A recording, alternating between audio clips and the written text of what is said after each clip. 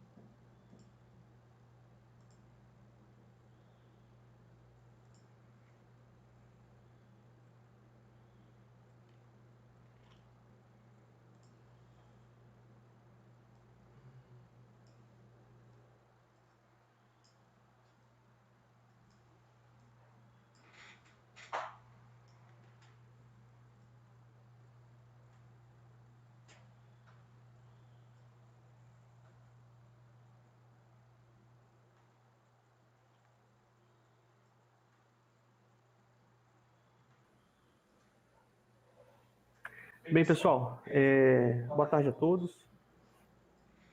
Já se passaram mais ou menos 5 minutos de tolerância, né, para a gente iniciar aí mais um colóquio aqui do programa, do ciclo de colóquios do programa de pós-graduação em Física da UFES.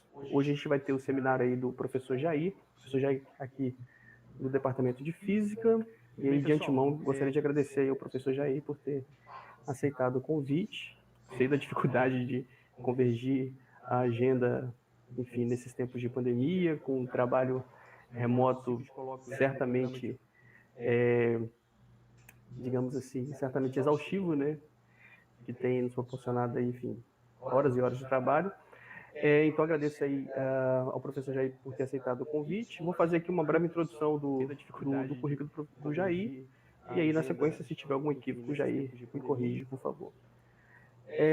Então, o Jair, ele tem graduação aqui na UFES, mestrado no Instituto de Física da USP de São Carlos e o seu doutorado no CBPF. É bolsista de produtividade do CNPq, tem 2 pós-docs na Inglaterra. E seus principais temas de pesquisa, não sei se, enfim, muito provavelmente já deve estar mais atual, e aí o Jair pode falar para a gente quais são os temas mais recentes que tem trabalhado, mas ele trabalha basicamente com estudos de materiais carbonosos cerâmicos, né, e também com RM na investigação de materiais e também com informação quântica, né, RMN do estado sólido. Tem aproximadamente 100 artigos publicados e já orientou aproximadamente 30 alunos, entre alunos de mestrado, orientações concluídas e em andamento entre alunos de mestrado e doutorado e aproximadamente 40 alunos de IC. Então tem uma atuação bem expressiva aí na formação de recursos humanos. É membro, acredito que diretor aí do laboratório, não sei se é ainda, do Laboratório de Materiais Carbonosos e Cerâmicos da UFES, né, o LMC, e hoje vai ministrar aí um colóquio para a gente com o título Materiais à base de grafeno, princípios, métodos de preparação e aplicações. Jair, muito obrigado pelo convite, tá? Diga aí se tem algum equívoco na sua apresentação, pode também, enfim, complementar alguma coisa que achar pertinente, e a palavra é toda sua. Mais uma vez, obrigado. A gente tem feito mais ou menos em torno de 50 minutos ou 1 hora, e aí no final a gente deixa um tempinho aí para algumas perguntas. Perfeito. Obrigado, Wendel. Eu que agradeço pelo convite e também pela apresentação. Tá bem atualizada, as suas informações estão bem atualizadas, então não tem nada a acrescentar, não. Deixa eu ver como é que eu vou fazer aqui para ligar a minha apresentação. Vamos ver. Funcionou? Apareceu aí? Opa, Funcionou. Tá sim, tá ok. Tá ok? Tá ok. Beleza. Então, Bom, é uma satisfação apresentar esse colóquio aqui sobre os materiais à base de grafeno. Eu vou tentar falar um pouco de aspectos gerais e também sobre algumas coisas que a gente está fazendo lá no nosso grupo do LMC, Laboratório de Materiais Carbonosos e Cerâmicos. Então, é realmente um prazer apresentar esse colóquio aqui. Agradeço ao Wendel mais uma vez pelo convite. Eu organizei a apresentação dividido nesses blocos. Primeiro, vou falar alguns aspectos mais gerais sobre histórico e sobre propriedades físicas do grafeno. Depois a gente discute algo sobre materiais, do ponto de vista de como que são os materiais à base de grafeno, o que significa essa nomenclatura e quais são as características desses materiais. E mais para o final eu falo sobre método de preparação e exemplos de aplicações. Certamente, ou provavelmente, né, eu devo ter colocado mais material do que é possível discutir no tempo aqui do colóquio, né? Então eu vou passar superficialmente por vários aspectos, mas, enfim, depois a gente pode discutir com mais calma alguma dessas aplicações, se alguém quiser, ou algum método de preparação específico. Eu também vou deixa eu fazer logo essa propaganda aqui, nesse endereço aqui, a minha página aqui na UFES, eu vou deixar essa apresentação lá guardada, tá? Então depois quem quiser pode acessar, porque eu vou passar rapidamente por alguns pontos aqui, né? Mas depois quem quiser olhar com mais calma, pegar as referências, eu coloquei um monte de artigos lá no final, pode ficar à vontade que a apresentação vai estar lá e pode ficar à vontade para mandar perguntas, questões, sugestões, etc. Então vamos lá. O grafeno existe há muito tempo, né, como conceito e como um plano, né, constituinte da estrutura do grafite. Esse conceito já é conhecido há muito tempo. Mas o grande interesse neste século, né, sobre a pesquisa em grafeno, ele foi disparado, né, meio que disparado pelo trabalho desses dois pesquisadores aqui. São pesquisadores russos que trabalham na Universidade de Manchester e que em 2004 publicaram um artigo, este artigo aqui, publicado na Science, em que eles descreveram pela primeira vez o isolamento de uma folha de grafeno e o desenvolvimento de dispositivos para caracterização das propriedades elétricas desse dispositivo e propriedades eletrônicas do grafeno. Então esse trabalho foi o que, essencialmente, né, o que rendeu ao André Geim e ao Konstantin Novoselov o Prêmio Nobel de 2010, como vocês estão vendo aqui, né, pelos experimentos marcantes aí relacionado à descoberta do grafeno. Como eu disse, o grafeno, como conceito, já existia muito antes. Aqui eu fiz aquele gráfico de menções, né, da palavra grafeno em inglês nessa base de dados. Vocês podem ver aqui que o conceito de grafeno já existe muito antes de 2004. Essa palavra já era usada, né, em vários trabalhos científicos. Mas é claro que o número de publicações e de menções, essa palavra cresceu muito desde então.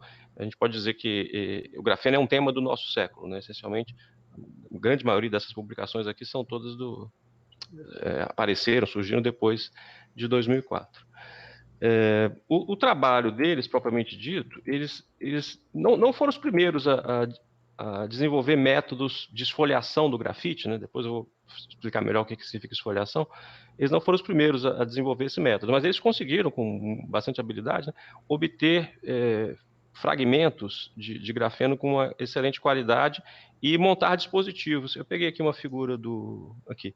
Essa figura foi retirada da Conferência Nobel de um dos dois, e eles mostraram lá uma fotografia, né, de um dos primeiros dispositivos que eles construíram, utilizando um fragmento de grafeno isolado pelo método de esfoliação. Aí dá para ter uma ideia aqui de como é a montagem, né, do dispositivo, com os contatos elétricos, e o grafeno, propriamente dito, é esse pedacinho aqui, né, com essas dimensões aí, como está indicado na figura, bastante pequenas.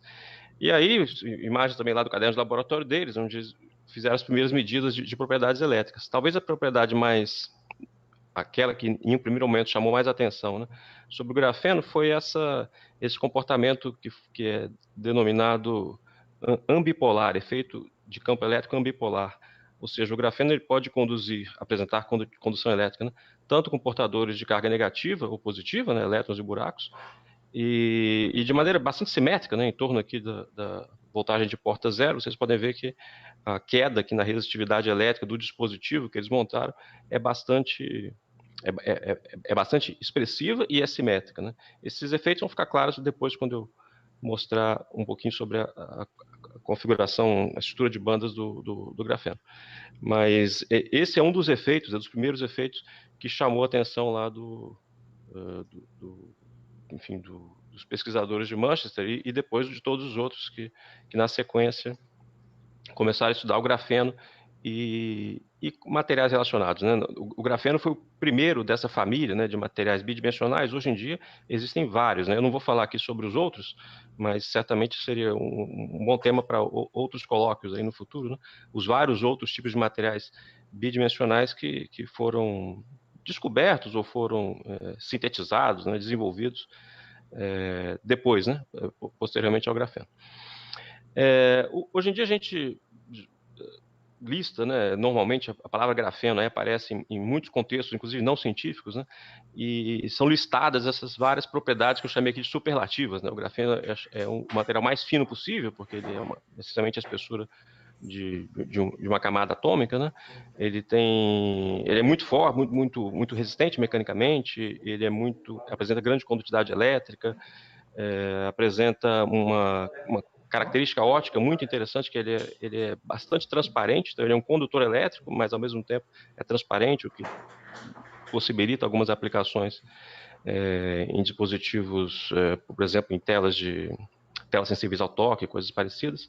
Então existe uma quantidade enorme de propriedades que foram sendo descobertas, né, especialmente após aquele trabalho original lá dos ursos que eu mencionei há pouco. Essas propriedades é que motivam aquele número elevado de publicações que foram indicadas agora há pouco também. Eu não vou falar de todas essas, eu vou mencionar um ou outro aí quando a gente for discutir mais especificamente as aplicações do grafeno e de materiais relacionados. Mas, de fato, o grafeno atrai tanto interesse hoje em dia, como eu disse, não só do ponto de vista científico, mas até enfim, meios de divulgação de teor talvez um pouco mais popular, ou até de políticos, né, como a gente vai ver algumas imagens daqui a pouquinho. Então, a atração de todo esse interesse tem a ver com isso, né, com a grande variedade de propriedades físicas interessantes, né, relevantes que o material apresenta. Vamos falar um pouquinho do ponto de vista estrutural e químico. O grafeno, como eu disse, é uma folha, né? Essencialmente uma folha formada por átomos de carbono ligados entre si, como está indicado aqui nessa primeira parte da figura, né? Por 3 ligações, fazendo um ângulo de 120 graus. Então, uma estrutura plana, idealmente, né? Uma estrutura plana, em que os átomos de carbono são conectados por ligações que a gente chama de ligações sigma. O grafeno, ele é o constituinte fundamental do grafite. Então, essa figura aqui, essa parte direita da figura, mostra a estrutura tridimensional do grafite. O grafite hexagonal, aquele que é a forma cristalina que é mais comum na natureza. Então, o grafeno, como constituinte do grafite, é um conceito, né, bastante antigo, bastante conhecido na química e na literatura de materiais de carbono. Do ponto de vista de vizinhança química, observe que a vizinhança de cada átomo de carbono no grafeno é muito parecida, claro, né, com a vizinhança no grafite e também com outras formas de carbono, né, como os fullerenos e nanotubos, que estão indicados aqui na parte de baixo da figura. Então, de certa maneira, o grafeno ele veio preencher essa lacuna aqui na família de materiais de carbono, né? Se a gente considerar que o grafite é uma forma tridimensional desse arranjo, né? Os nanotubos seriam uma forma unidimensional, o fullereno dimensão zero, né, essencialmente uma esfera, e o grafeno seria a componente bidimensional, né, dessa família aqui. Também é interessante enxergar esse assunto de outro ponto de vista, né? A partir de uma folha de grafeno a gente pode recortar, né, diferentes fragmentos e construir aqueles outros membros da família que estavam indicados ali antes, né? O grafite, o nanotubo, ou um tipo de nanotubo, né? Existem vários outros, e os fullerenos. Então, de fato, o grafeno como constituinte dos materiais de carbono é um conceito já bastante antigo, bastante conhecido. Além dos materiais ordenados, né, materiais cristalinos e dessas nanoformas que eu acabei de mencionar, os planos grafenos também são constituintes fundamentais dos chamados materiais desordenados. Aqui eu indiquei alguns exemplos, né, de carbon blacks, em que a gente encontra esferas constituídas essencialmente de carbono, e os planos grafenos, né, mais ou menos empilhados, estão ali indicados, né, nessa ampliação. Eles são os constituintes fundamentais dessas esferas, assim como também nos carvões, nos materiais porosos, carvões ativados, biocarvões e outros, né?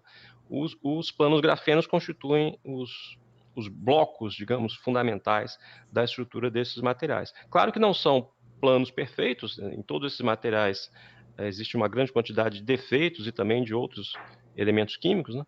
Mas essencialmente o que a gente encontra aqui é um ambiente químico muito parecido com o grafeno. Existem também materiais de carbono com outros tipos de vizinhança, né? Então, um material, por exemplo, como esse indicado aqui na parte direita, o carbono amorfo, a gente encontra anéis localmente semelhantes aos anéis que estão no grafeno e encontra átomos de carbono com outros tipos de hibridização, como, por exemplo, SP3. Então, aqui não é só uma estrutura grafênica, esse aqui já é um material com outro tipo de natureza química. Mas nos outros exemplos que eu mostrei aqui, essencialmente o grafeno, o tipo de vizinhança química do grafeno é o mesmo que se encontra em todos os outros. Falando um pouquinho sobre química, então o carbono no grafeno e no grafite, né, nesses outros exemplos que eu mencionei agora há pouco, o carbono apresenta o que a gente chama de hibridização SP3, né? Então, desculpa, SP2. A gente tem 3 orbitais chamados de sigma, e um quarto elétron, né, em cada átomo, um quarto elétron fazendo parte de um orbital que não participa dessas ligações direcionais covalentes, que é chamado orbital π. Aqui estão as funções de onda que descrevem os 3 orbitais sigma, os orbitais gerados pela mistura, pela hibridização, né, de um orbital s e 2 orbitais p, por isso que eles são chamados de essa situação, né, é chamada de hibridização sp2, e o quarto orbital, que é o orbital essencialmente é um orbital idêntico ao orbital 2p de um átomo isolado. Quando esses átomos se juntam para formar a estrutura do grafeno, são exatamente esses orbitais de origem, né, originados pelo orbital 2p atômico, que agora eu vou começar a chamar de orbitais π, eles que dão origem à deslocalização, à possibilidade de que o elétron se movimente, ou seja, transportado, né, de maneira quase livre por toda a rede. Então, na estrutura do grafeno existem aqui as ligações, fortes ligações covalentes, as ligações sigma, entre os átomos que constituem o plano, e esses orbitais π, que são originados, né, a partir dos orbitais 2p atômicos, eles, bom, primeiro, a orientação deles, né, é perpendicular ao plano, e eles não têm mais, digamos, a identidade local, né, eles não fazem parte mais de um átomo, de um sítio localizado na estrutura, eles podem estar deslocalizados por toda a estrutura do grafeno. A gente pode, então, compreender, né, grande parte das propriedades do grafeno, justamente olhando para quais são as bandas de energia geradas a partir desses elétrons que ocupam, que fazem parte das ligações π, que ocupam aqueles orbitais originários do orbital 2p atômico. É assim que se faz o cálculo, aliás, nem é um cálculo muito difícil, a gente costuma fazer isso como exercício nos cursos aí de física da matéria condensada. É possível calcular de maneira, usando o método chamado Tye-Bydden, ou outros, né, mas o Tye-Bydden acho que é o mais simples, é possível calcular qual é a chamada relação de dispersão eletrônica da estrutura do grafeno, que dá origem a um resultado como esse. Isso aqui é um gráfico que mostra a energia, né, dos elétrons que fazem parte dessas bandas em função do vetor de onda, né, um vetor de onda bidimensional, né, já que estou falando de uma estrutura bidimensional. Os pontos mais importantes aqui desse diagrama são esses que estão indicados aqui por essa ampliação, chamados pontos K, ou pontos de Dirac, porque eles representam o máximo valor de energia do elétron no estado fundamental e também, na parte de cima, né, o menor valor de energia da banda que está acima da banda ocupada no estado fundamental. Esses são os pontos em torno dos quais acontecem os processos de excitação eletrônica de baixa energia no grafeno. Processos que determinam as propriedades ópticas, as propriedades de condução elétrica, a propriedade de transporte, tudo que, ou quase tudo, pelo menos, né, que reflete aquelas propriedades interessantes que eu mencionei agora há pouco, pode ser explicado por excitações que ocorrem em torno desses vértices dos cones de Dirac. Então, no estado fundamental, os elétrons ocupam os estados que estão abaixo desse ponto. Em 0 Kelvin, por exemplo, os elétrons ocupariam todos os estados abaixo desse ponto e todos os estados acima estariam livres. Nessa situação, a gente diz que a densidade de estados, né, no nível de Fermi, que corresponde ao valor de energia nos pontos de Dirac, o valor da densidade de estado no nível de Fermi é exatamente igual a 0. E aí elétrons podem ser facilmente excitados, né, para cima, né, acima do nível de Fermi, ou buracos podem ser excitados. Então, o grafeno apresenta aquele chamado comportamento ambipolar exatamente por conta desse formato peculiar da relação de dispersão em torno dos pontos de Dirac. Aqui está uma visão projetada, né, unidimensional, daquela relação de dispersão, onde os pontos mais importantes aqui, em torno dos cones de Dirac, esses pontos estão evidenciados. É possível calcular a forma dessa relação de dispersão em torno desses vértices. Esse cálculo também não é complicado, é uma expansão que a gente faz, né, da relação de dispersão em torno dos pontos K, e também não é muito complicado demonstrar que essa relação de dispersão ela é linear. Então, o valor da energia medido a partir do ponto K, ele depende linearmente de um vetor de onda chamado de Q, que é o vetor de onda medido a partir, né, com origem no ponto K. Essa relação de dispersão linear é uma peculiaridade da estrutura do grafeno, da estrutura bidimensional do grafeno. Se a gente fizer uma análise semelhante para o grafite, esse problema para o grafite foi resolvido na década de 50, aproximadamente, a relação de dispersão é diferente. Quer dizer, o grafite, pela interação entre planos, né, entre vários planos grafenos vizinhos, a relação de dispersão para o grafite apresenta outra forma. Então, essa relação de dispersão linear é peculiar para o grafeno.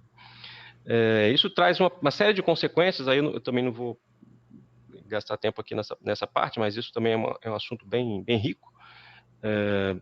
A forma dessa relação de dispersão, ela lembra bastante a forma da relação entre energia e momento linear para fótons. Né? A energia é diretamente proporcional ao momento linear para fótons, e aqui também energia proporcional ao vetor de onda para os elétrons e buracos, né, excitados em torno dos pontos de Dirac na estrutura do grafeno. Então, sob esse ponto de vista, né, a gente diz que as excitações, os portadores de carga, né, excitados no grafeno, eles se comportam como férmions sem massa. É possível utilizar a equação de Dirac para descrever as excitações eletrônicas em torno do ponto de Dirac. Então, o comportamento eletrônico, as propriedades eletrônicas do grafeno podem ser descritas utilizando uma equação que na verdade, né, é conhecida para tratar de problemas que envolvem outra escala, né, de velocidades. A equação de Dirac é usada para descrever férmions em situações que envolvem situações relativísticas, né? Então, para o grafeno, a gente usa uma equação, a mesma equação, né, já que a relação de dispersão tem o formato linear, mas para tratar de partículas que apresentam velocidade muito inferior à velocidade da luz, né? A velocidade da luz que governa aqui a relação de dispersão de fótons, a velocidade que governa a relação de dispersão das excitações eletrônicas do grafeno é muito inferior, né? Da ordem de 10 a 6. Como vocês estão vendo aqui, é muito menor do que a velocidade da luz. Então, alguns experimentos podem ser realizados com grafeno, cuja descrição ela pode ser feita utilizando as equações da mecânica quântica relativística, embora a gente esteja tratando de problemas não relativísticos, né? A velocidade aqui é muito inferior à velocidade da luz. A questão do comportamento ambipolar, que eu mencionei lá no trabalho original dos russos, ela, como eu disse, pode ser entendida observando exatamente o que acontece aqui próximo do nível de Fermi, né? Então, quando a tensão de porta aplicada lá no dispositivo é 0, a gente tem a parte de cima desse cone de Dirac vazia, né, corresponde a estados vazios, e a parte de baixo totalmente preenchida com elétrons. Com a aplicação de uma tensão de porta, né, positiva ou negativa, é possível excitar elétrons acima do nível de Fermi ou buracos abaixo, e aí a condução elétrica por meio desses portadores é bastante livre na estrutura de uma folha de grafeno perfeita, e a resistividade cai por um fator bastante grande aqui, como vocês podem ver, com a aplicação dessas tensões de porta. Isso que é o chamado de efeito ambipolar, né? Efeito de campo elétrico ambipolar, que foi um dos achados experimentais lá naquele trabalho publicado pelos russos. Uma outra propriedade que pode ser calculada também com essa estrutura de bandas é a absorbância. É possível mostrar que a absorbância de uma folha de grafeno perfeita ela vale esse produto aqui, π multiplicado pela constante de estrutura fina, E ao quadrado sobre H cortado C, que dá 2,3%. Então, uma folha de grafeno, ela apresenta essa transmitância de aproximadamente 98%, né, quase 98%, para uma faixa bastante ampla de comprimento de onda, como vocês podem ver aqui. Essa é uma maneira, inclusive, de identificar, né, a folha de grafeno é por esse valor bastante constante da absorbância. Aqui na figura dá para perceber uma folha de grafeno, né, com 2,3% de absorbância, uma bicamada, 2 folhas de grafeno, praticamente o dobro aqui da absorbância. Esse tipo de experimento ilustra o interesse, né, do grafeno e de dispositivos construídos a partir do grafeno para aplicações óticas, né? Como eu disse, ele é um material condutor, apresenta condutividade elétrica, alta mobilidade eletrônica e, ao mesmo tempo, ele apresenta uma grande transparência. Falar agora um pouco mais sobre materiais. Até agora eu estava falando sobre a folha, né? Sobre o sistema ideal, que é uma folha de grafeno perfeita, né? Não contendo defeitos. Hoje em dia, como eu disse, o grafeno ele aparece em muitos outros contextos, né? Que não se relacionam necessariamente com o contexto científico e muitas vezes a palavra, inclusive, é usada de uma forma muito, vamos dizer, generalizada, genérica, né? Acho que é um termo leve, né, para descrever isso. Eu coloquei aqui alguns exemplos, né, de se entrar na internet, eu entrei outro dia aí, escrevi lá grafeno, aparecem propagandas de lojas de departamentos, equipamentos esportivos, né, o grafeno meio que sendo usado como para atrair, né, para atrair a atenção para alguns desses produtos. É claro que quando o termo grafeno é usado nesse contexto, não necessariamente o vendedor, né, desses equipamentos aqui, ou daquela roupa que eu mostrei antes, ou desse saco aqui desse pó preto, que está rotulado como grafeno, os vendedores desses produtos não estão querendo dizer necessariamente que o que você tem ali são folhas de grafeno perfeitas, né? O que eles querem dizer, provavelmente, às vezes, talvez sem deixar isso muito claro, é que o material ali dentro tem o grafeno, né, contém planos grafenos na sua constituição. Às vezes há um certo abuso de linguagem, como essa expressão aqui, né, nesse saco. Isso aqui é um material que a gente recebeu lá no laboratório outro dia para analisar, e esse saco tem 1,5 kg com essa quantidade de folhas aqui, que eu não sei pronunciar, a quantidade de zeros aqui é muito grande. Certamente a gente não tem essa quantidade de folhas isoladas aqui dentro. Você tem aqui um pó, né, provavelmente produzido a partir da esfoliação do grafite, que contém grafeno, certamente contém grafeno misturado com muitas outras coisas. Isso acontece, então, do ponto de vista comercial, como eu mostrei aí, por razões até de marketing, né, para atrair atenção para o produto. Também na literatura científica a gente encontra muitas vezes o uso da palavra grafeno dessa forma genérica, né, que tem um artigo, e são artigos de revistas boas, né? Vocês vão ver que as revistas que eu estou indicando aqui são todas de bom nível, né? Aqui esse artigo fala de uma esponja de grafeno, mas se você olhar para a figura, essa estrutura não lembra em nada aquilo que a gente define, né, como sendo uma folha de grafeno, como eu mostrei lá atrás. Tem outros artigos, esse aqui é do ano passado, na Carbon, que é talvez a revista mais conceituada da área de materiais de carbono, falando aí da produção de eletrodos à base de grafeno e a partir de resíduos de biomassa, que são casca de coco, do babaçu, né, cocos do babaçu.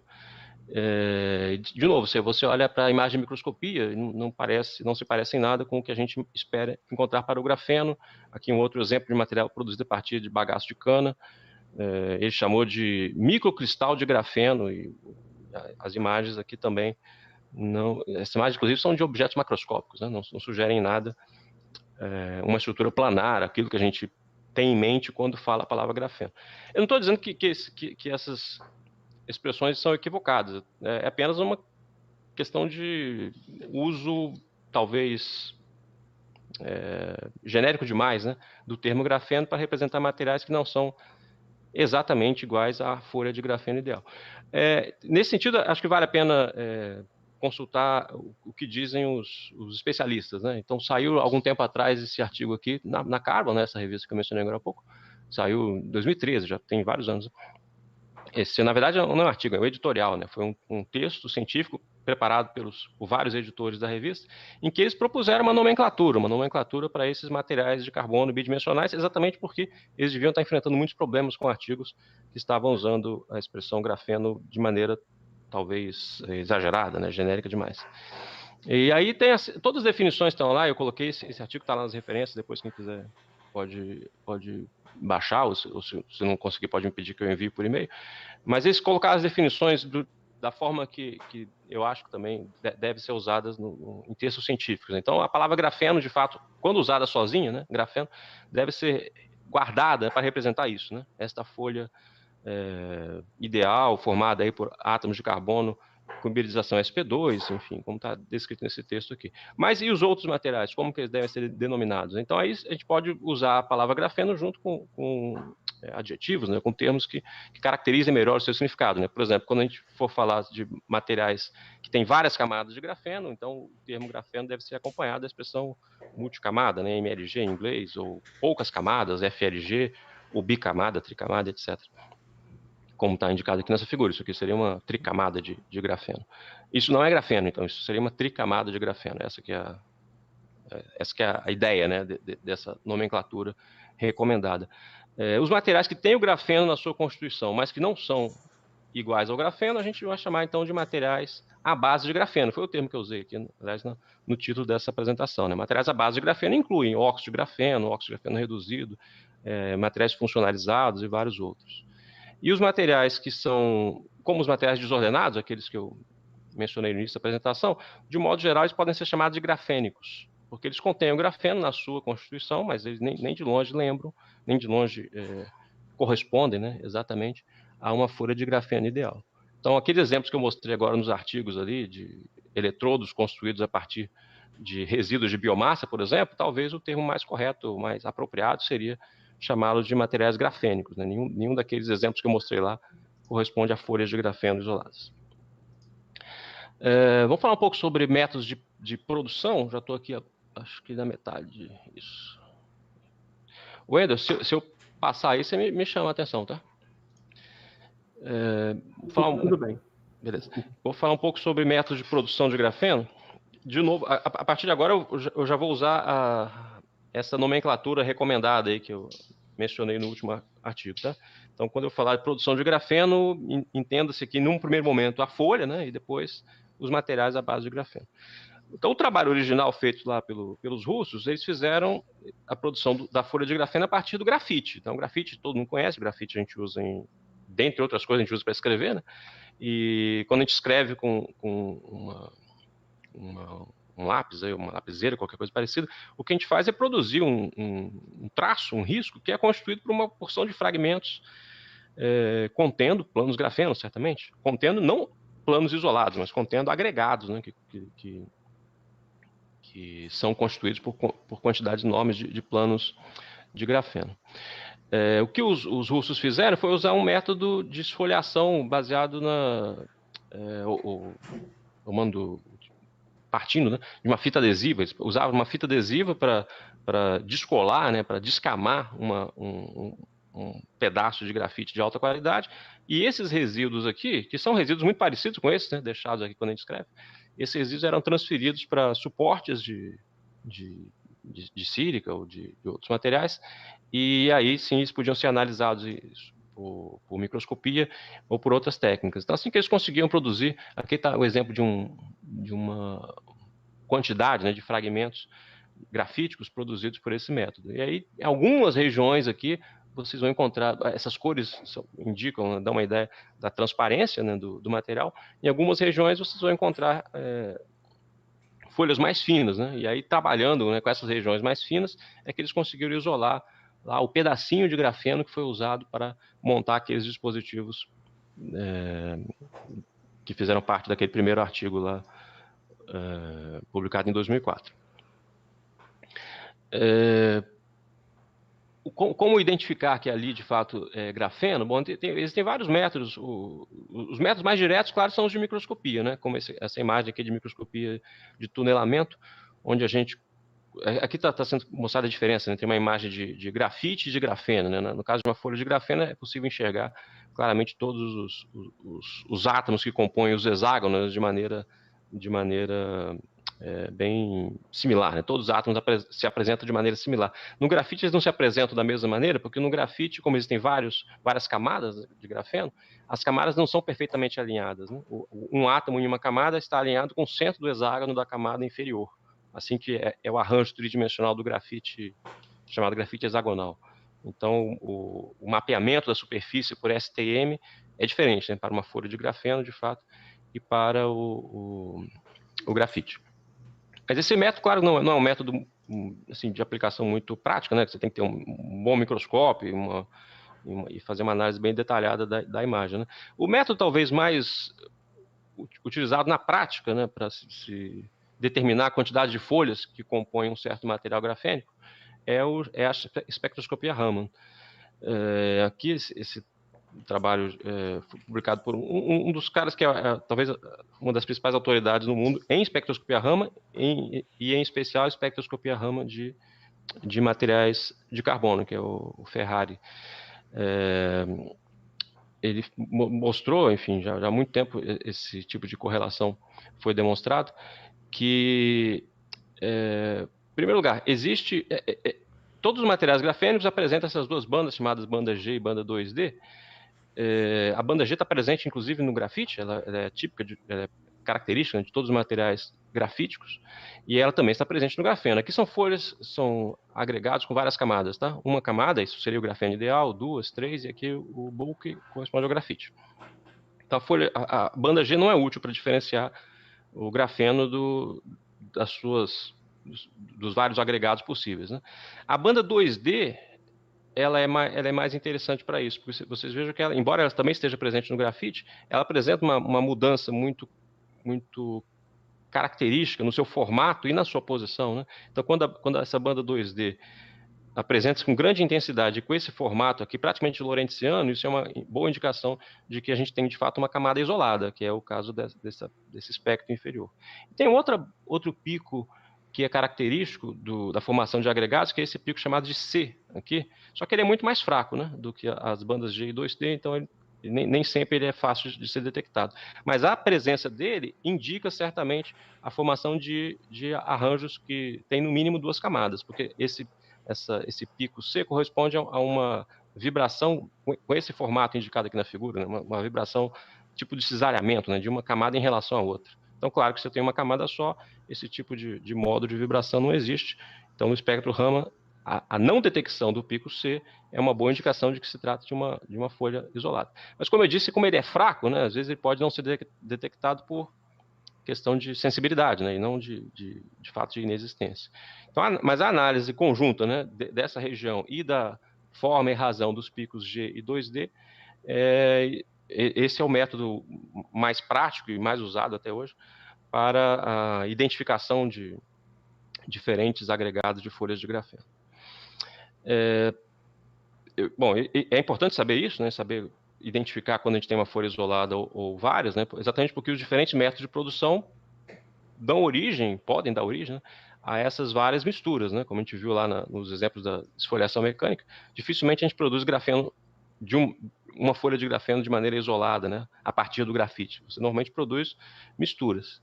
Então, dentre os vários métodos de produção, aqui está os métodos de esfoliação mecânica ou de clivagem, como eu mencionei agora há pouco. Esses são os métodos mais antigos, talvez. E tem os métodos de crescimento a partir da fase de vapor. Eu vou falar um pouquinho mais sobre eles daqui a pouquinho. Esses são métodos bastante promissores, né? Eles produzem folhas de grafeno com grande qualidade, mas em termos de quantidade e de custo, né? Tanto o método de clivagem mecânica quanto de CVD, né? Que é deposição química a partir da fase de vapor, eles não são métodos muito eficientes. Bom, em termos de qualidade, certamente eles são os melhores, né? Mas para a produção massiva, hoje em dia são muito utilizados métodos de esfoliação em fase líquida, ou métodos de oxidação, como eu vou falar daqui a pouquinho, que permitem que se obtenha amostras numa quantidade bastante razoável, embora com qualidade inferior. Essa questão da qualidade depende de um compromisso, né, entre o preço, né, o custo do método e a aplicação. Dependendo da aplicação que se vai, da destinação que se vai dar ao material, de fato, os métodos químicos, né, métodos de esfoliação, eles são bastante interessantes, porque para muitas aplicações, como em tintas, em compósitos, em alguns tipos de sensores, a perfeição da folha de grafeno não é um requisito necessário, não é um requisito indispensável.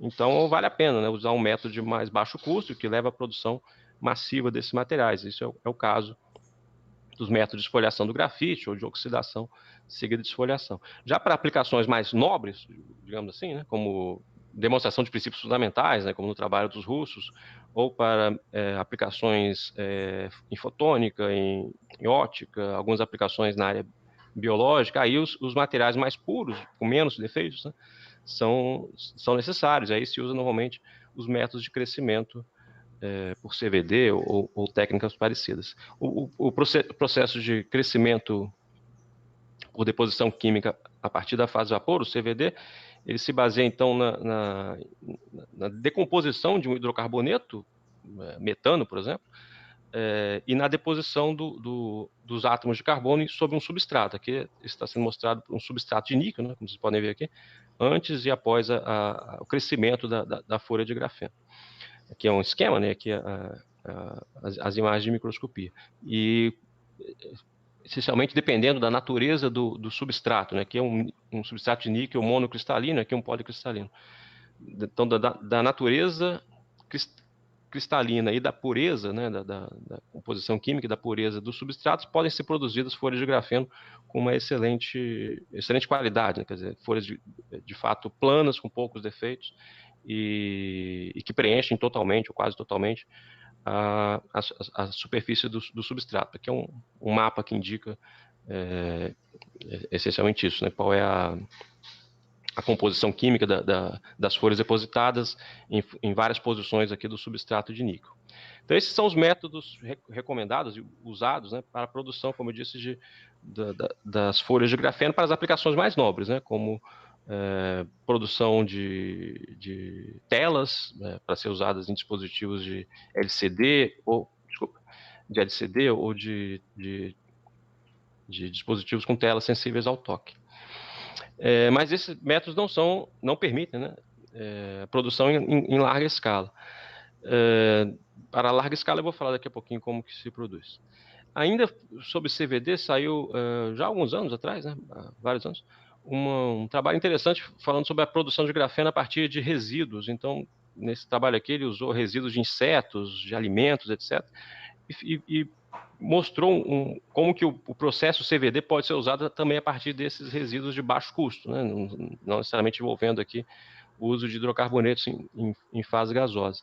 Está aqui o esquema, né? Eles colocaram, bom, essa figura aqui está mostrando uma perna de um inseto aqui, tá vendo? Uma perna de barata, uma coisa parecida, né?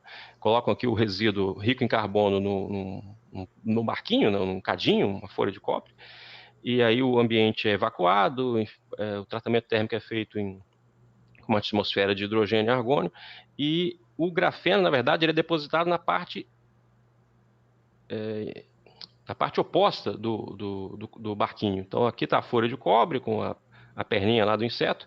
Depois do tratamento térmico, em temperaturas altas, né, 1050 graus Celsius, obviamente o material se decompôs e o carbono, por fase vapor, né, ele foi depositado na parte de trás da folhinha. Dessa maneira, eles mostraram que conseguiram produzir depósitos de grafeno com boa qualidade. Vocês estão vendo aqui a absorvância é igual, né, praticamente aquele valor teórico lá que tinha sido previsto. A banda 2D no espectro Raman é bem evidente.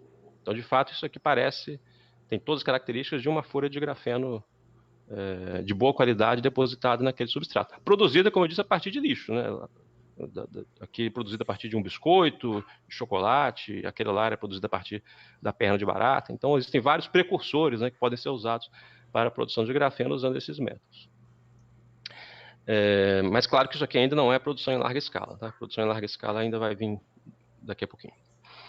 Eu falei dos métodos químicos. Esse é o método talvez de mais fácil acesso em laboratório. É o que a gente mais usa aqui, por exemplo, no nosso laboratório, para a produção de materiais grafênicos, que é a oxidação. A gente parte de grafite. O grafite pode ser de diferentes fontes, com diferentes graus de pureza.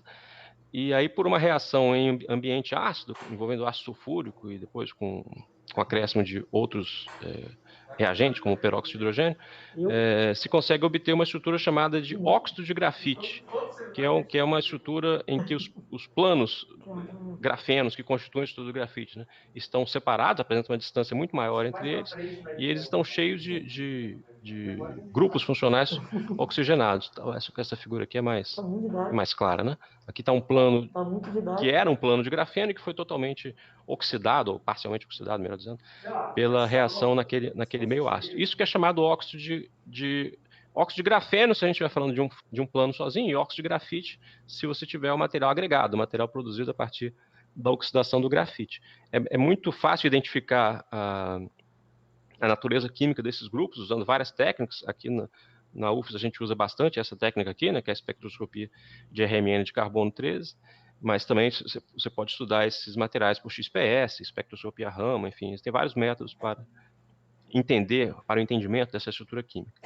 Bom, o óxido de grafeno, ele tem a sua utilidade por si só, né? Tem várias aplicações interessantes do óxido de grafeno, mas do ponto de vista de produção do grafeno, o óxido ele tem que passar por um processo de redução para que você chegue num material, né, que relembre em que esteja recuperada a estrutura original das folhas de grafeno. Esse processo leva à produção do chamado óxido de grafeno reduzido, ou RGO, que é esse material aqui que parece muito com grafeno, com aquela folha de grafeno ideal, né?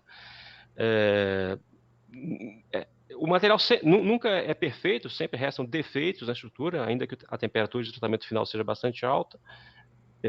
Aparecem defeitos, aparecem ainda alguns resíduos contendo oxigênio ou outros elementos químicos. Então, esse material não é, do ponto de vista químico, né, não corresponde ao grafeno perfeito. Mas ele é útil para várias aplicações, como aquelas que foram mencionadas na tabela, alguns slides atrás, envolvendo produção de compósitos, de tintas para impressoras 3D, etc. Aqui é só o acompanhamento do processo de redução. Esse processo pode ser acompanhado usando várias técnicas. Aqui o acompanhamento foi feito usando RMN. A grande vantagem de trabalhar com óxido de grafeno e com o processo de redução posterior do óxido de grafeno é a facilidade de manipular quimicamente esses materiais. Esses materiais são produzidos em solução, né? Então é fácil desenvolver métodos para funcionalizar, por exemplo, os óxidos de grafeno, como está indicado aqui nesse exemplo de um artigo produzido por um aluno aqui do programa de pós-graduação em Química, alguns anos atrás. É fácil funcionalizar e aí produzir dispositivos contendo os óxidos de grafeno funcionalizados e reduzidos, por exemplo, em supercapacitores. Aqui é um gráfico mostrando a variação da capacitância específica de várias amostras funcionalizadas, né, em função do número de ciclos de uso. Então, existem propriedades eletroquímicas bastante relevantes, né, bastante promissoras para materiais à base de grafeno que foram produzidos aqui por um processo de oxidação seguida de oxidação, funcionalização e redução. Também é possível produzir grafeno em meio líquido por esfoliação sem passar pela oxidação. Aí é necessário dispersar o grafite utilizando solventes ou surfactantes e por agitação mecânica se consegue separar as folhas do grafite e produzir essas folhas de grafeno em solução. De novo, não são folhas únicas, né? É possível encontrar agregados em várias regiões, mas o material pode ser depois purificado, pode ser separado e pode se obter folhas de grafeno isoladas. Esse método se tornou bastante popular alguns anos atrás. Esse pesquisador aqui de Dublin mostrou que você pode fazer isso na cozinha usando liquidificador e detergente, um grafite com detergente e liquidificador. É possível obter grafeno aí em suspensão, né, suspensão líquida, com grande qualidade. Esse sim é um método que pode ser escalonado, né, pode ser levado para a escala industrial. Isso já tem sido feito, inclusive.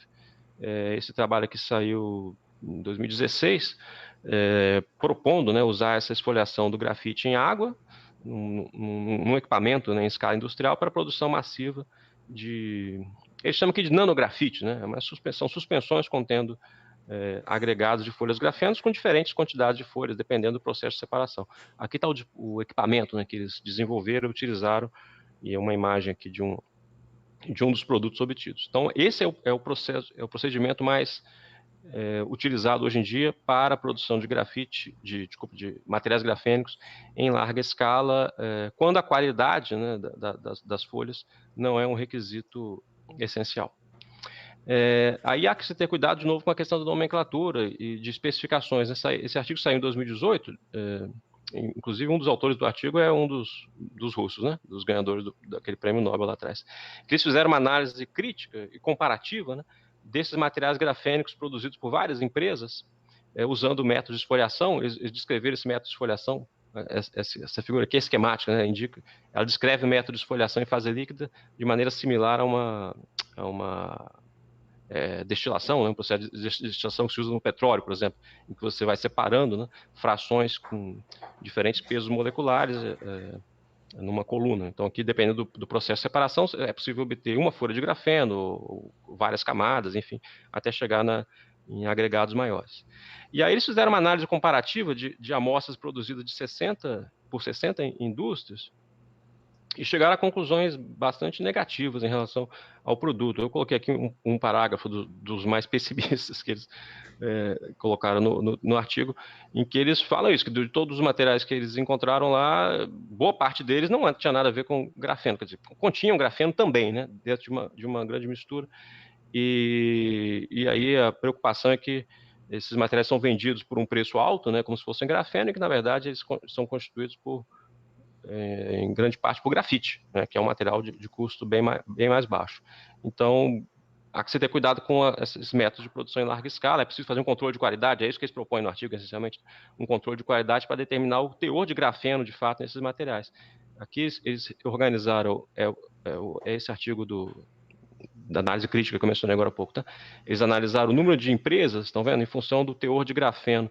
Então, grande parte das empresas produziam materiais que tinham 2%, menos de 2% de fato de teor de grafeno, obtido isso por análise de várias técnicas, né, como espectroscopia Raman e microscopia. Grande parte dos materiais continham outros agregados, né, de materiais de carbono, mas que não correspondiam a folhas de grafeno individuais.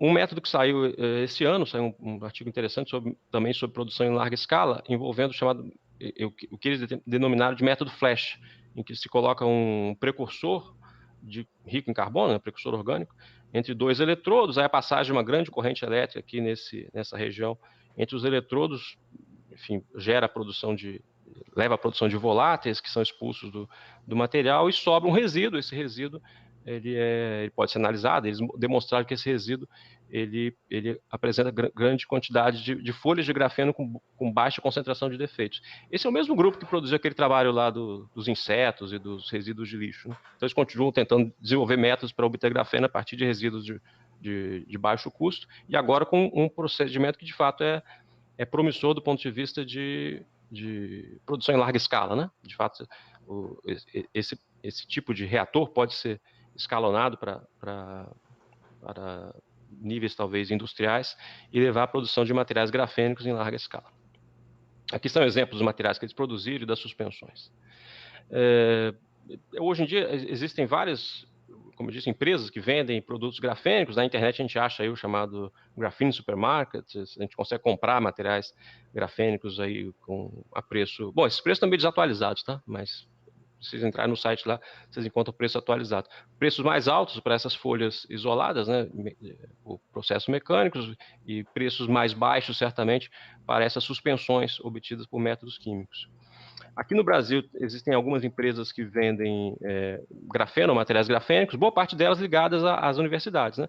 Essa aqui é uma universidade lá de Caxias do Sul, que vende esses produtos grafênicos, tem parceria com os setores da indústria. Aqui tem o pessoal de Minas Gerais. Minas Gerais, na UFMG, existe há muito tempo, né, que eles trabalham com análise de materiais de carbono por espectroscopia Raman, inclusive em colaboração com aquele Ferrari que eu mencionei agora há pouco. E eles desenvolveram também uma startup, coisa parecida, né, para a produção de materiais grafênicos, até com vistas a aplicações comerciais. E em São Paulo tem a Universidade Mackenzie, né, o projeto MacGraph, que fez muito sucesso há algum tempo atrás aí na mídia, em que eles produzem também materiais grafênicos, né, como essa esponja indicada aqui na figura. Comercialmente, existem empresas que vendem, essa aqui é uma das mais conhecidas no Brasil, vocês vejam aí que tem bastante interesse político aí no banner. Esse aqui é o banner que está na internet, tá? Eu peguei exatamente o que está na internet, no site da empresa, e eles que vendem esses produtos aí, contendo essa quantidade enorme de folhas, né, e massas bastante grandes, que não são exatamente folhas de grafeno isoladas, como a gente viu, né, mas podem ser englobadas, né, dentro dessa denominação genérica de materiais grafênicos. Eu ia falar alguma coisa sobre aplicações. Deixa eu ver. Wendel, quanto tempo eu tenho? Jair, mais 10 minutos, acho que dá para isso. Tá bom, eu vou só fazer uma passagem geral aqui sobre algumas aplicações. Essa é aquela parte que eu falei que depois, quem quiser, a gente pode voltar e pode pedir mais detalhes.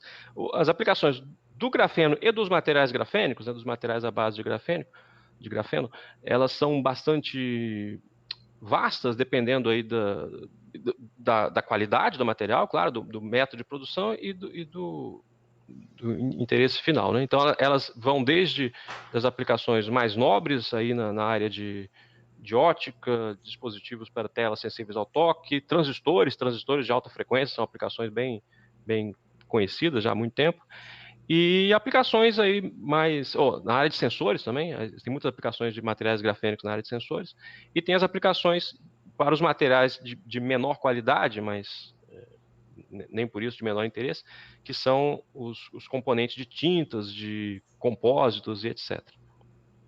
Talvez as aplicações, não sei se são as mais promissoras, mas estão entre as mais promissoras, certamente, estão na área de armazenamento de energia. Eu vou mostrar algumas aqui, inclusive que a gente fez aqui no nosso grupo, mas os materiais à base de grafeno podem ser usados para a construção de eletrodos, de baterias, de supercapacitores, de sensores eletroquímicos. Então, essa é uma área bem interessante também. Aqui eu vou passar rapidamente, são fotos já de um artigo mais antigo sobre o uso de grafeno na área eletrônica, né, para fabricação de transistores, de células solares, aqui na área fotovoltaica. Aqui era um dispositivo da Nokia, bom, já tem vários anos, eu não sei se isso aqui hoje é comercial, não tenho essa informação, mas na época era um protótipo, né, em que eles pretendiam usar essas características convenientes do grafeno, né, um material flexível, condutor elétrico e transparente para fabricação de telas sensíveis ao toque. Não sei como que isso está do ponto de vista comercial. A Samsung também já desenvolveu um projeto já há bastante tempo, vem desenvolvendo um projeto para a produção de telas de cristal líquido, né, usando grafeno. As aplicações na área de impressão 3D envolvem principalmente filamentos e tintas produzidas com materiais grafênicos. Então, o grafeno aqui é um componente, né? É um componente junto com outros polímeros. Aqui, por exemplo, é um filamento produzido a partir de PLA e contendo grafeno, né?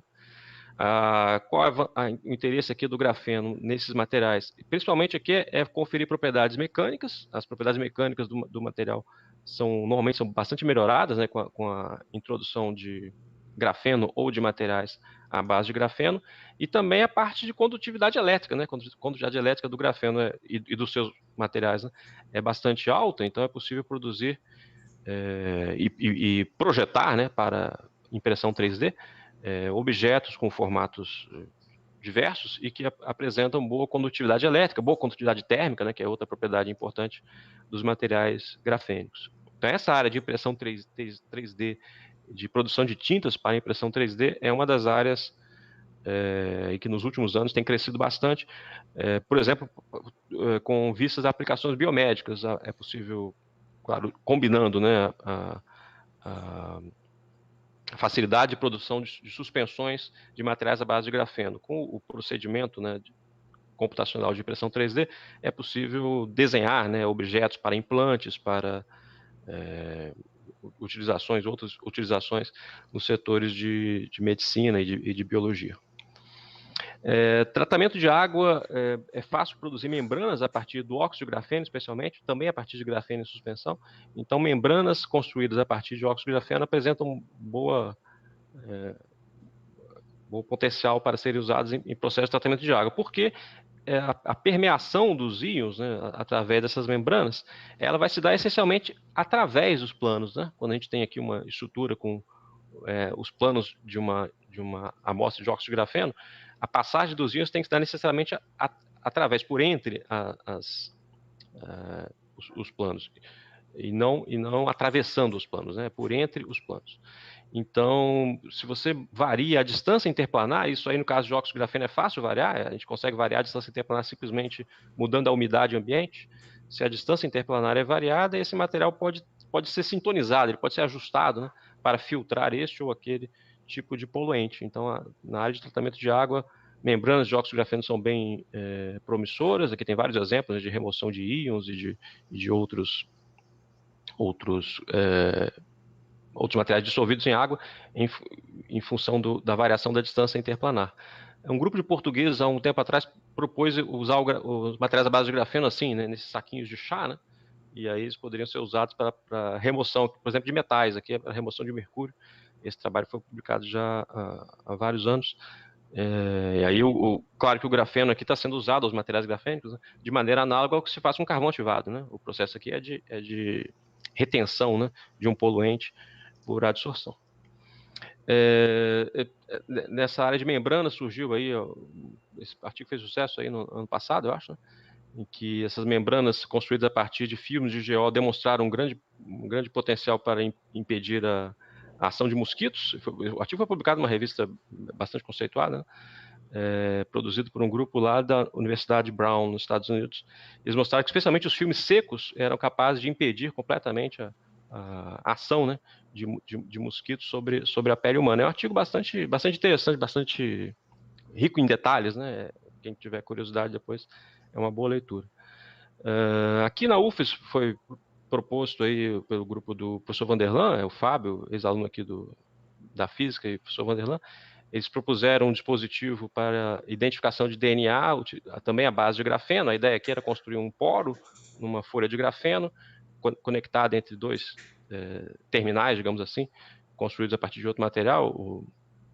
E aí a passagem de moléculas de DNA por dentro, né, por meio desse poro, levaria a alterações nas propriedades eletrônicas e no transporte de carga, né, detectado por essa folha de grafeno. Esse trabalho eles publicaram alguns anos atrás, na verdade ano passado, tratando então da possível aplicação de grafeno na área de sensores. A área de sensores é uma das áreas mais ricas aí para aplicações de materiais à base de grafeno. Nesse ano, claro que saiu muita coisa na área de detecção do vírus, da Covid-19. Esse é um publicado nessa revista da ACS Nano, mas tem outros, tem vários outros. E aqueles que eles fizeram, aqui foi uma proposta teórica e implementada também, né? Eles demonstraram experimentalmente a aplicação. Eles propuseram foi funcionalizar uma folha de grafeno com algumas moléculas capazes de interagir com uma parte específica do vírus, né? As funções químicas específicas particulares desse vírus, de maneira que esse dispositivo poderia ser usado para a detecção seletiva do vírus. A ideia aqui é que isso poderia ser um método para a detecção mais rápida e mais seletivo, mais sensível especificamente ao vírus da Covid-19. Então, a funcionalização do grafeno foi feita com esse composto químico que está indicado aqui embaixo, para possibilitar a sua interação com o vírus e aí a detecção de maneira mais rápida. Aqui vou terminar mesmo, tá? Só falando das aplicações eletroquímicas. A gente, como eu disse, lá no laboratório a gente consegue produzir já há muito tempo, né, materiais à base de óxido de grafeno, filmes depositados, e esses materiais são facilmente convertidos em eletrodos, né? Depois de reduzidos, a gente pode converter em eletrodos e fazer várias medidas de propriedades eletroquímicas, como medidas de capacitância e eventualmente, a capacidade desse material ser usado como sensor. Então, a gente fez vários estudos aí recentemente, a partir de óxido de grafeno contendo fósforo e enxofre. Esses materiais são caracterizados, essa parte aqui eu não vou discutir em detalhe, é o trabalho aqui da Tainara, que é aluna do grupo. são caracterizados, a presença de fósforo, a presença de enxofre também é caracterizada por outras técnicas. A gente pode fazer modelos teóricos para entender aí como se dá a interação entre o fósforo e o óxido de grafeno. Então, a compreensão dessas ligações aqui é um trabalho de química e computacional um pouquinho complicado, mas o que interessa aqui do ponto de vista de aplicação é que esses materiais, graças à presença desses grupos contendo fósforo, eles podem ser utilizados para a confecção de supercapacitores e apresentam valores de capacitância bastante expressivos, né, se comparados com outros óxidos não contendo esses elementos, não contendo os elementos enxofre e fósforo. Eles apresentam uma grande estabilidade, como vocês podem ver aqui, né? Os supercapacitores podem ser usados aí por um grande número de ciclos, com pequenas variações na sua capacitância. Outro trabalho que foi feito também lá no grupo, nessa área, é a produção de sensores, né, usando RGO. A gente partiu aí de baterias de celulares, baterias exauridas, né, de celulares, baterias de lítio, né? Então aí é possível recuperar o catodo, que contém, nesse caso aqui, o cobalto, o anodo contém grafite, aí a partir do grafite você produz o óxido de grafeno, do catodo você recupera o cobalto, e a gente produziu então um sensor, tem esse nome aqui esquisito, né? Esse sensor que essencialmente é constituído por óxido de grafeno reduzido e óxido de cobalto. Aqui são as linhas do óxido de cobalto, aqui são as linhas do óxido de grafeno reduzido. Esse material, eu trabalhei também de um outro aluno de mestrado, a GSL, ele foi usado para fazer detecção eletroquímica de ácido ascórbico. Esse trabalho está para ser publicado, aí, não saiu ainda, mas, enfim, está no prelo. Ela conseguiu mostrar que esse dispositivo tinha uma boa sensibilidade, né, para a detecção de ácido ascórbico. Então, geralmente lá no grupo, essa é a linha que a gente tem usado, mas aí na área de grafeno, partir de métodos químicos para a produção de materiais à base de óxido de grafeno, ou de óxido de grafeno funcionalizado, ou de óxido de grafeno reduzido, e a seguir explorar as propriedades, especialmente eletroquímicas, desses materiais. Eu vou parar aqui. Olha só, eu deixei no final, como eu disse, uma série de referências. Quem depois quiser pegar essa apresentação, eu vou deixar no final aqui de novo o endereço. Deixei artigos gerais, artigos de revisão específicos, especialmente sobre o óxido de grafeno, e alguns outros seminários que eu acho interessantes, que tem aí na internet, no YouTube, os seminários lá do pessoal que ganhou o Prêmio Nobel. Enfim, a quantidade de material sobre grafeno e materiais relacionados disponível na internet é bastante vasta. Depois eu vou deixar essa apresentação aqui nesse endereço, quem quiser pode baixar. Ok, acho que era isso, pessoal. Obrigado pela atenção, estou à disposição aí para as questões. Jair, bem, obrigado aí pela apresentação do seminário. Excelente, é um tema realmente muito, muito vasto. Muitas aplicações aí para o grafeno, para materiais 2D. Então, deixa eu abrir aqui esse espaço, né, para as perguntas.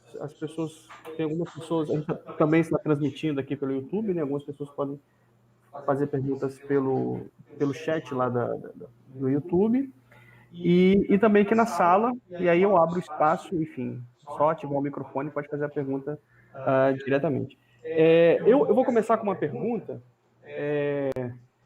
enfim, aí depois as outras pessoas os outros que estão presentes aqui na sala podem também fazer a pergunta. Na verdade, é uma curiosidade. O que vocês fizeram lá com aquele pacote lá que vocês receberam lá do grafeno da Amazônia? Tá. Não, a gente está analisando. Na verdade, foi uma cortesia, né? Não vou abusar aqui da boa vontade da empresa. Eles doaram como cortesia para a gente, em primeiro lugar, analisar, para ver de que se trata do ponto de vista físico, mas e eventualmente usar, né? A gente pretende usar aquilo para fazer especialmente esses compósitos, né? Esses materiais para aplicações eletroquímicas. Pelo que a gente já viu até agora, a gente fez análise de raio-x, RMN, né? O laboratório não está funcionando em 100% a capacidade, né? Por causa da paralisação, então a gente não consegue fazer tudo ao mesmo tempo. Mas parece que é um material de fato grafítico, é um material que tem grafeno também, né? Mas tem bastante partículas grafíticas no meio dele. Mas, enfim, eles não me contrataram para dar um laudo, tá bom? Então, é só uma opinião informal. Não, beleza. Eu imaginei que a porcentagem de grafeno, enfim, deve ser. Mas, então, os estudos estão. As análises estão em curso, né? Para saber em curso, exatamente. Beleza. Tá bom. Mais perguntas? A Lídia quer falar. Não sei se ela está na sala. Ou. Lídia? Professor Jair, Oi, Pode Liane ser que tá falando. que Oi, tenha... Liane. Liane, desculpa. Eu li errado. Ah, sim, eu imaginei que tivesse acontecido um pequeno engano com o meu nome. Sempre acontece. Desculpa.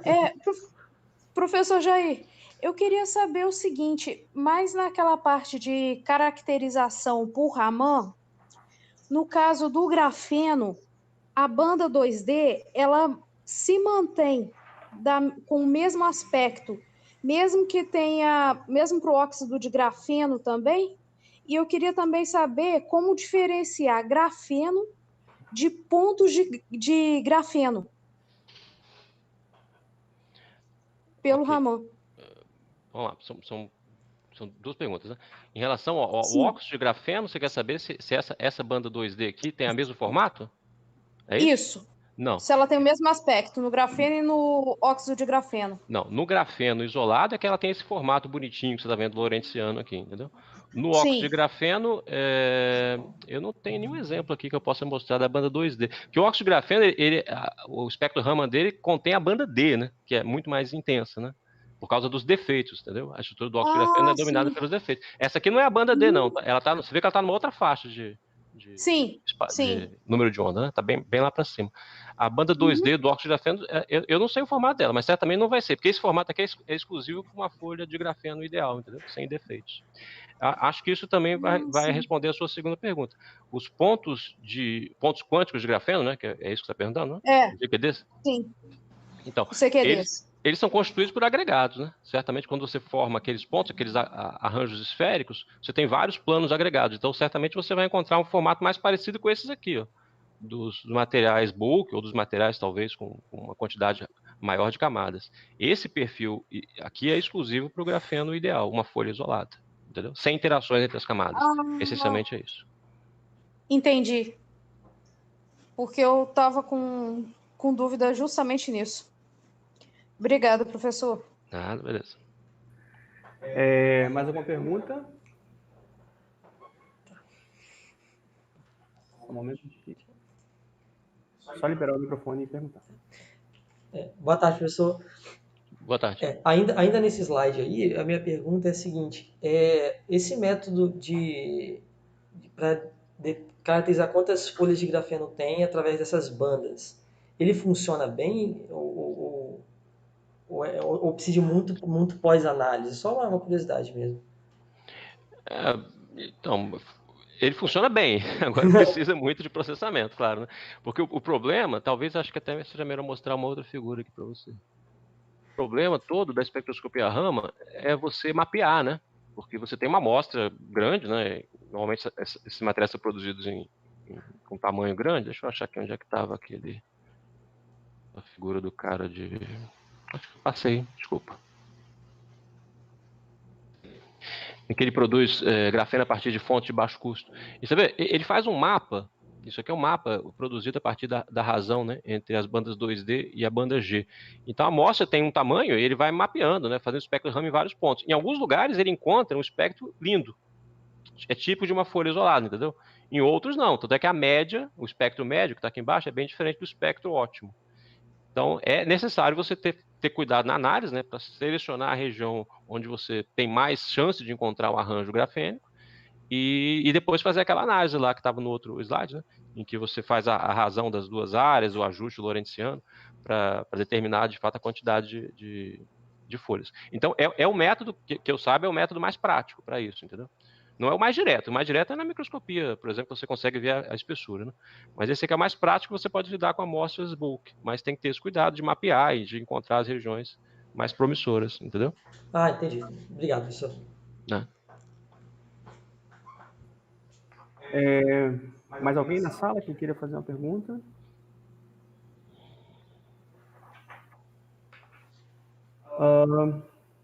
Acho que não. Pois bem, hoje aí uma última pergunta. Quais são os tipos de sensores que vocês têm produzido no laboratório? Desculpa, quais são o quê? O tipo de sensores Que sensores? de óxido de grafeno que vocês têm produzido? Não, na área de sensores, o trabalho que a gente produziu foi esse que eu mostrei lá, de ácido ascórbico. Esse foi o único que a gente fez recentemente. Isso a gente faz em parceria com o pessoal da eletroquímica, lá da química, né, do grupo professor Marcos Benedito. Eles têm trabalhado bastante nessa área de sensores. Aí a gente entra com a parte da tecnologia de produção do óculos, da caracterização e tudo, e a detecção eletroquímica é feita lá. Mas isso a gente nunca fez aqui, mas os materiais à base de grafeno, por exemplo, eles são muito usados para sensor de gases também, né? Sim. A adsorção de amônia, a adsorção de outras moléculas desse tipo muda completamente as propriedades eletrônicas do grafeno e dos seus materiais relacionados, né? Então, essa é uma área que a gente nunca trabalhou aqui, mas é uma área bastante quente também, né? Detecção de gases. A gente fez aqui detecção eletroquímica em dispositivos eletroquímicos, entendeu? Mas esse tipo de sensor, por exemplo, para essa detecção de moléculas, é algo possível de ser feito aqui com a estrutura nossa aqui da UFES, enfim, com o pessoal da Química e tal? Não, possível porque essencialmente o que você vai ter que medir é a variação na resistência elétrica. Você vai ter um dispositivo, uma membrana, por exemplo, né? A base feita com óxido de grafeno reduzido e vai ter que detectar a variação na resistividade elétrica desse dispositivo quando ele absorve um determinado gás. Você tem que fazer uma câmara, né, para fazer a adsorção controlada do vapor ou do gás que você quer analisar, e a medida em si é uma medida elétrica, então não tem nada muito complicado. Tem pessoal que faz isso em São Paulo, eu acho. Na UNB tem e tem em São Paulo, não é nada muito complicado, não. Ah, tá. Não, eu tô imaginando porque essa seria algo, em termos de modelagem computacional, né, de simulação, algo até fácil de fazer, né, então, enfim. Sim, exatamente. Você pode modelar isso, como que a absorção de uma molécula vai variar as propriedades, a estrutura de bandas do grafeno e, portanto, a sua condutividade elétrica, certamente. Beleza. Então, para a gente não se alongar mais, Jair, mais uma vez, muito obrigado aí pelo seu seminário, pela apresentação. Foi uma apresentação muito, muito rica em detalhes, muito, enfim, didática, para variar, né?